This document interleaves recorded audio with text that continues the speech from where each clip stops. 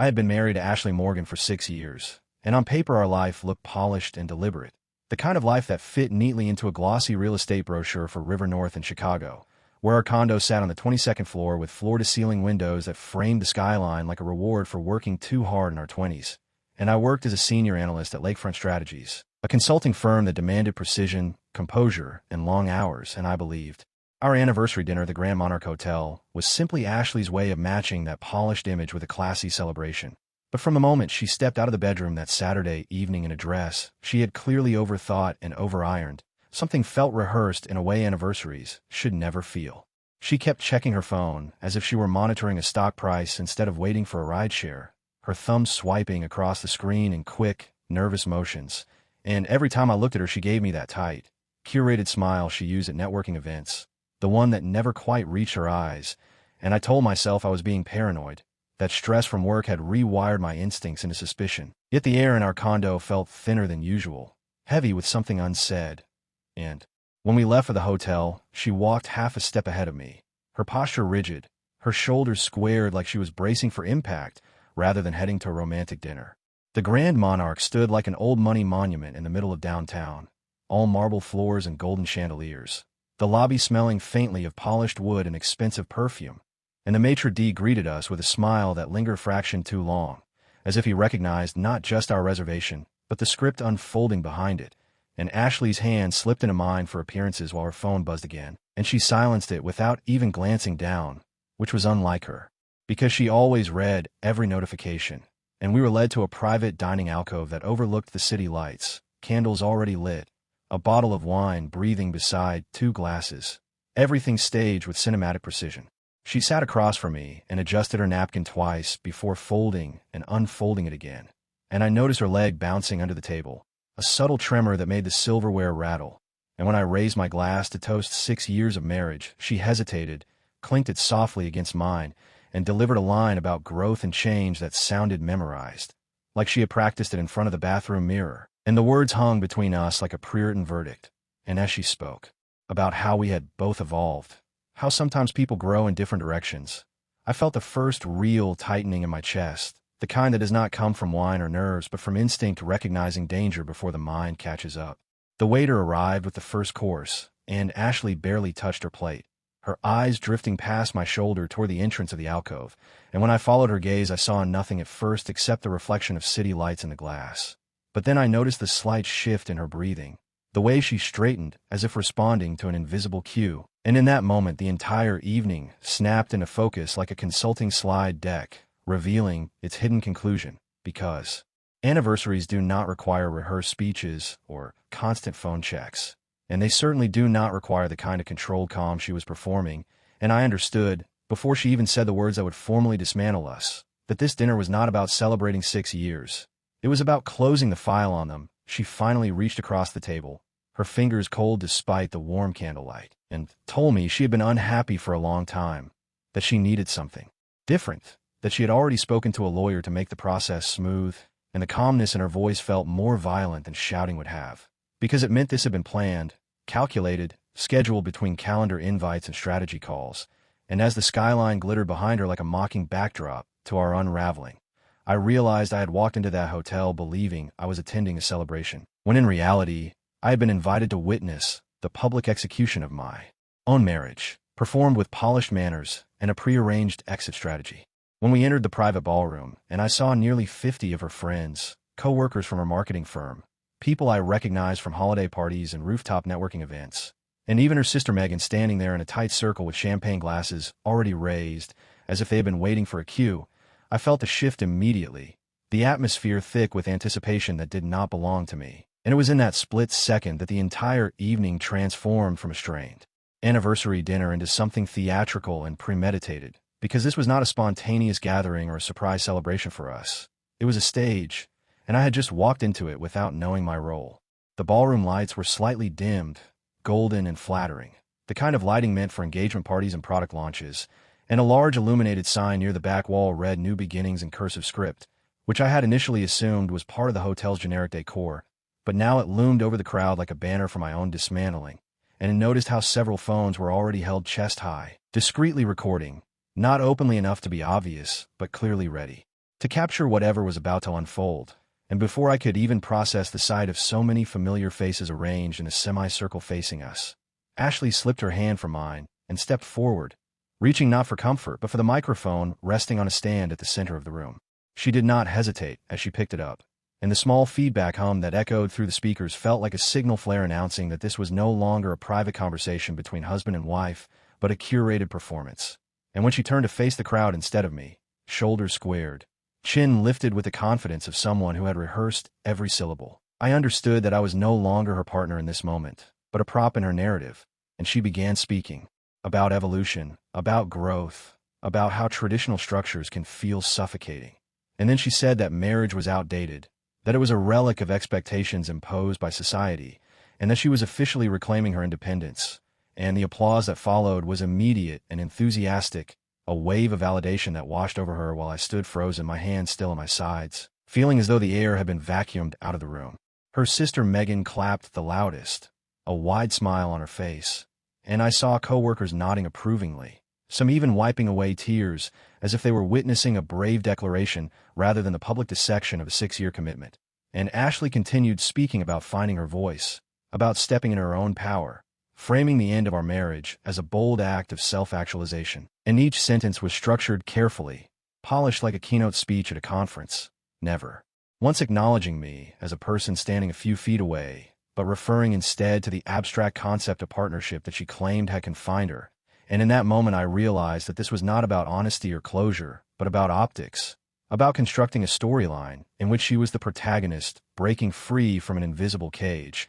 and I was the silent embodiment of that cage. I could feel dozens of eyes flicking toward me, not with sympathy, but with expectation, as if they were waiting for a reaction, for me to interrupt, to argue, to plead in front of everyone so that her narrative could reach its emotional crescendo. And I understood with painful clarity that this wasn't empowerment, but a calculated public humiliation designed to corner me into responding dramatically, to make me beg for reconciliation so she could refuse me and complete the spectacle. And the more I remained still, the more the applause filled the silence where my voice might have been. And as she lifted her champagne glass and declared the beginning of her independent era, the room erupted again, sealing the scene in celebratory noise while I stood there absorbing the reality that the woman I had built a life with had orchestrated not just the end of our marriage, but a full audience to witness my supposed obsolescence. She expected tears, drama, maybe a desperate speech about love and second chances delivered with shaking hands in front of her carefully assembled audience.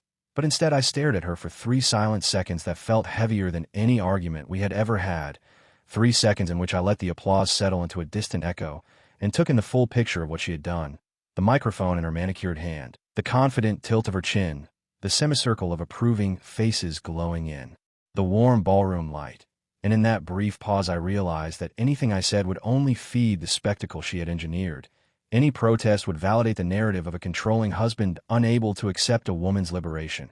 Any plea would transform me into the villain clinging to a relic she had already declared obsolete. I did not blink or clench my fists or let my expression crack because there was a strange clarity in that silence, a calm that settled over me like cold water, and I saw the flicker of anticipation in her eyes as she waited for my reaction, as if she had rehearsed both sides of this scene and was bracing for her cue to deliver the final empowering line. But when I said nothing, when I simply held her gaze without anger or desperation, I watched that anticipation shift into confusion, and then I turned around, my shoes brushing softly against the ballroom carpet, and walked toward the exit without a word, leaving her standing there with a microphone and an audience and no performance partner to complete the arc she had so meticulously constructed. The applause faltered as I crossed the room, not stopping entirely, but thinning into scattered claps and murmurs, and I could feel eyes following me, waiting for a dramatic reversal that never came. And the heavy ballroom doors closed behind me with a muted thud that felt more definitive than any shouted declaration.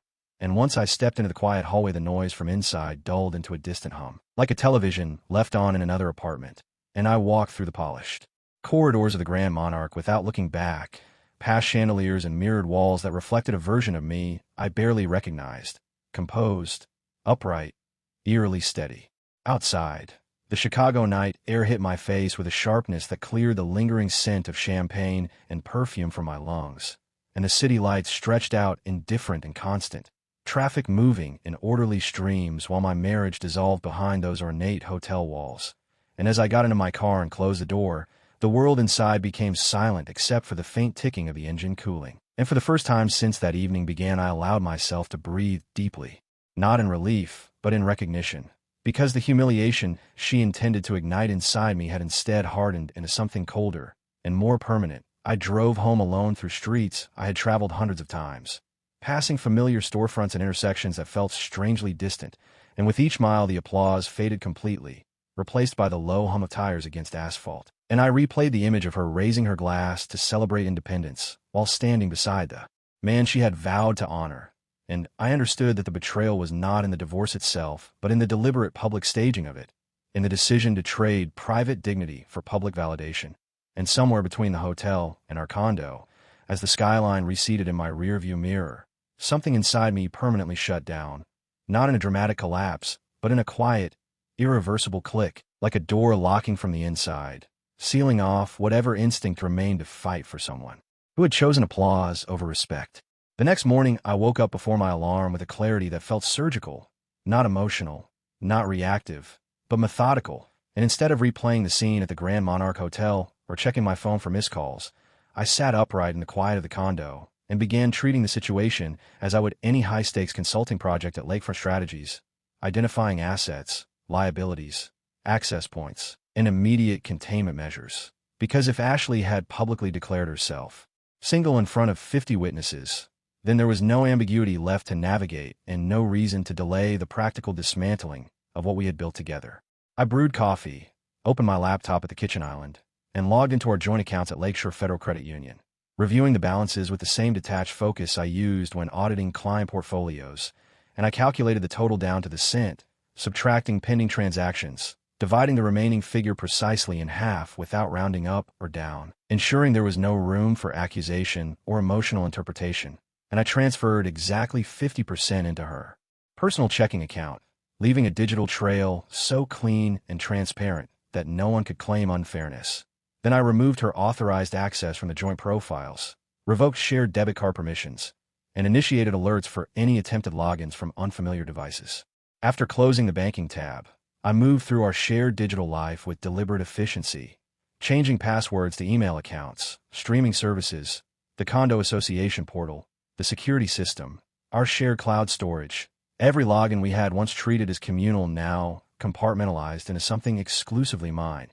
and there was no anger in the process, no dramatic gestures, just a steady dismantling of shared access that mirrored the emotional severance already completed the night before. And once the digital boundaries were secured, I called a locksmith recommended by our building management and scheduled an immediate rekey of the condo, explaining without elaboration that circumstances had changed and access needed to be updated that same day. While waiting for the locksmith to arrive, I began packing her belongings with the same measure precision, folding her clothes neatly into labeled boxes instead of shoving them carelessly, separating shoes by season, placing her jewelry cases in protective wrap, organizing cosmetics into smaller containers so nothing would spill, and I labeled each box clearly with black marker: bedroom closet, hall bathroom, office shelf, kitchen personal items, because even in separation I refused to act impulsively or destructively. And as I moved through each room, I noticed how little of the space actually felt shared anymore, how the absence of her presence had already begun to reshape the atmosphere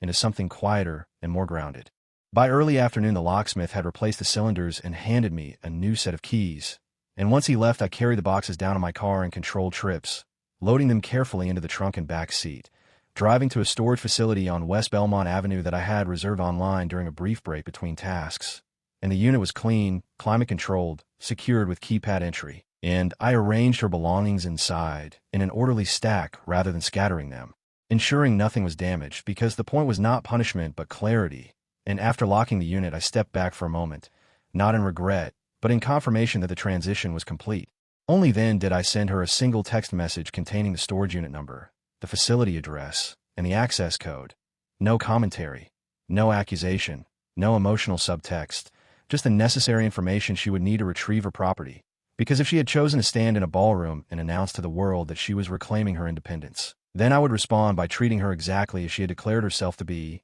not as my wife, not as my partner, but as someone whose belongings and finances were now separate from mine in every practical sense. When Ashley showed up pounding on my door 2 days later in the same emerald dress she had worn to announce our divorce, the fabric still sharply tailored and unmistakable against the neutral hallway of the condo building, I understood immediately that this was not a coincidence, but a deliberate choice, as if she believed the symbolism of that dress could rewind the narrative she had authored. And the knocking was not hesitant or embarrassed, but frantic and insistent, echoing through the hallway in sharp bursts that contrasted violently with the controlled silence I had maintained since that night at the Grand Monarch Hotel. I opened the door without rushing, standing squarely in the frame, and the moment she saw me her expression shifted from anger to something almost theatrical, her eyes glossy but not quite red enough to suggest real tears, her breathing exaggerated as if she had rehearsed this confrontation as carefully as the speech she delivered into that microphone.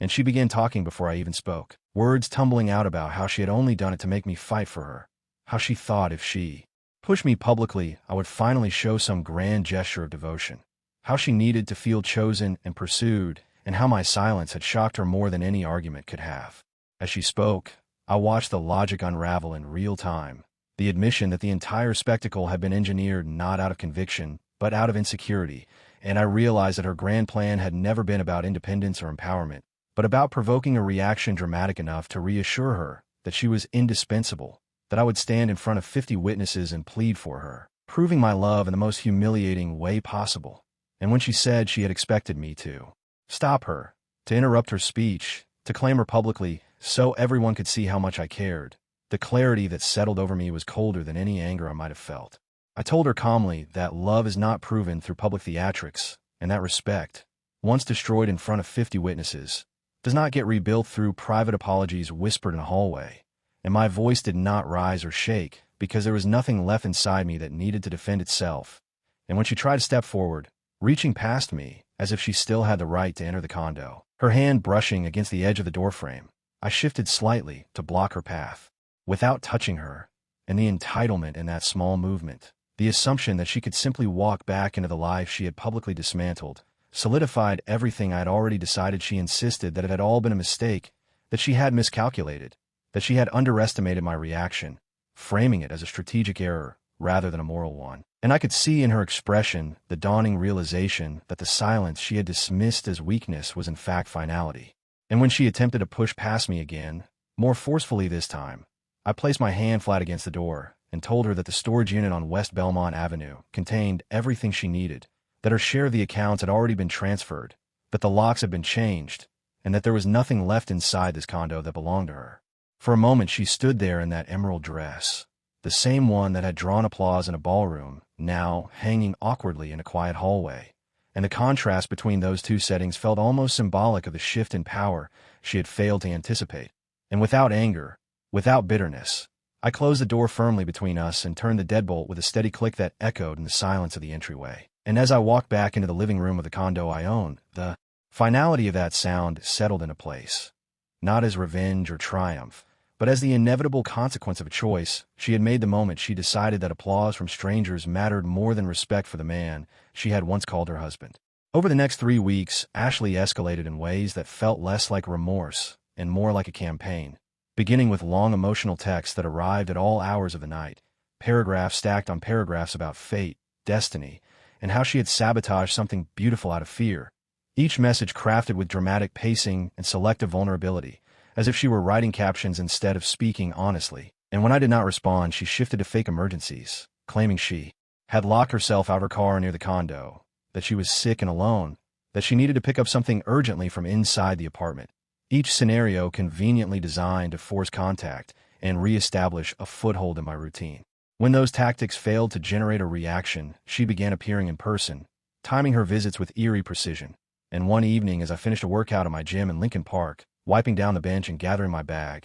I saw her reflection in the mirror behind me, standing near the entrance in workout clothes she had clearly purchased for the occasion, her posture casual, but her eyes fixed on me, and the realization that she had tracked my schedule, that she knew exactly when I would be there, felt less romantic and more invasive. Yet when I walked past her without stopping, she attempted to frame it as coincidence, speaking loudly enough for others to hear about how much she missed our routines, as if proximity alone could force intimacy back into existence. A few days later, flowers arrived at my office at Lakefront Strategies, an elaborate arrangement of white lilies and roses with a card written in looping handwriting about second chances and unfinished chapters, and my colleagues exchanged knowing glances as the receptionist placed the bouquet on my desk, turning a private matter into workplace spectacle. And when that failed to extract a public reaction, she escalated further by sending a singing telegram to the office lobby, a man in an ill-fitting tuxedo delivering an overly dramatic ballad about lost love while employees watched from the mezzanine, phones out, capturing the moment, and I stood there expressionless until he finished, thanked him politely, and returned to my desk, refusing to let embarrassment convert into engagement. Simultaneously, her social media accounts began filling with vague quotes about heartbreak, about fighting for love, about people giving up too easily, carefully worded posts that never mentioned my name but clearly implied abandonment, and mutual acquaintances began reaching out, some gently suggesting that I reconsider, others implying that pride was standing in the way of reconciliation. And then her sister Megan contacted me directly, claiming Ashley was not sleeping, that she was devastated, that I was being cold and unforgiving, followed by her mother leaving voice messages describing marriage as something worth salvaging at any cost, framing my silence as cruelty rather than consequence. With each new performance, the pattern became clearer, not an attempt to understand the damage inflicted in that ballroom, but a relentless effort to regain control of the narrative, to reposition herself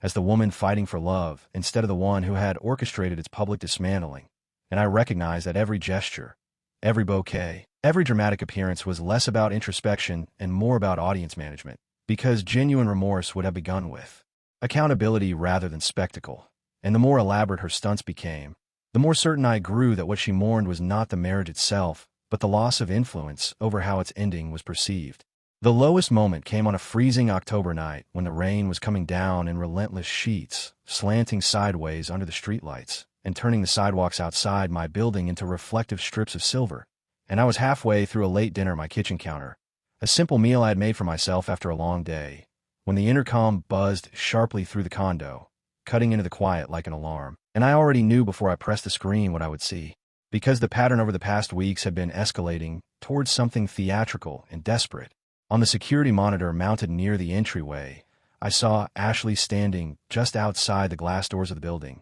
No umbrella, no coat suitable for the weather, the same dramatic instinct guiding her even now, and the rain had soaked through her clothes entirely, plastering fabric to her frame. Her hair darkened and clinging to her cheeks while mascara streaked down her face in thin black lines that the camera rendered in stark contrast under the lobby lights, and she pressed the intercom button repeatedly, her voice breaking through the speaker in uneven bursts as she begged for 5 minutes to talk, saying she just needed one conversation, one chance to explain everything, one opportunity to fix what she had broken. There was a time not long ago when seeing her like that would have triggered panic in me, would have propelled me toward the elevator without hesitation, driven by instinct to shield her from discomfort, to solve whatever crisis presented itself. But as I stood there watching her through the monitor, I felt no anger, no surge of vindication, no satisfaction at the reversal of roles, only a calm, almost clinical clarity that settled in my chest, because the same woman who had stood in a ballroom, under golden chandeliers, and celebrated her freedom with applause was now experiencing the quiet, unscripted reality of that freedom in the cold rain, without an audience to validate it. Her voice cracked as she repeated my name through the speaker, the distortion of the intercom flattening the emotion into metallic echoes, and she wiped at her face with trembling hands, glancing over her shoulder occasionally as passing cars splashed water onto the curb. And I recognized at this moment, like the others before it, carried an expectation that I would interpret her visible suffering as proof of love, that I would open the door not because trust had been restored but because guilt or nostalgia compelled me to interrupt the consequences she had set in motion. Instead, I let the screen remain active and watched in silence, not to prolong her discomfort, but to confirm for myself that my decision was grounded in reality rather than pride. And what I saw was not humility or accountability, but desperation born from losing control of the narrative. A woman accustomed to orchestrating scenes now trapped in one she could not edit or caption. And the rain intensified, droplets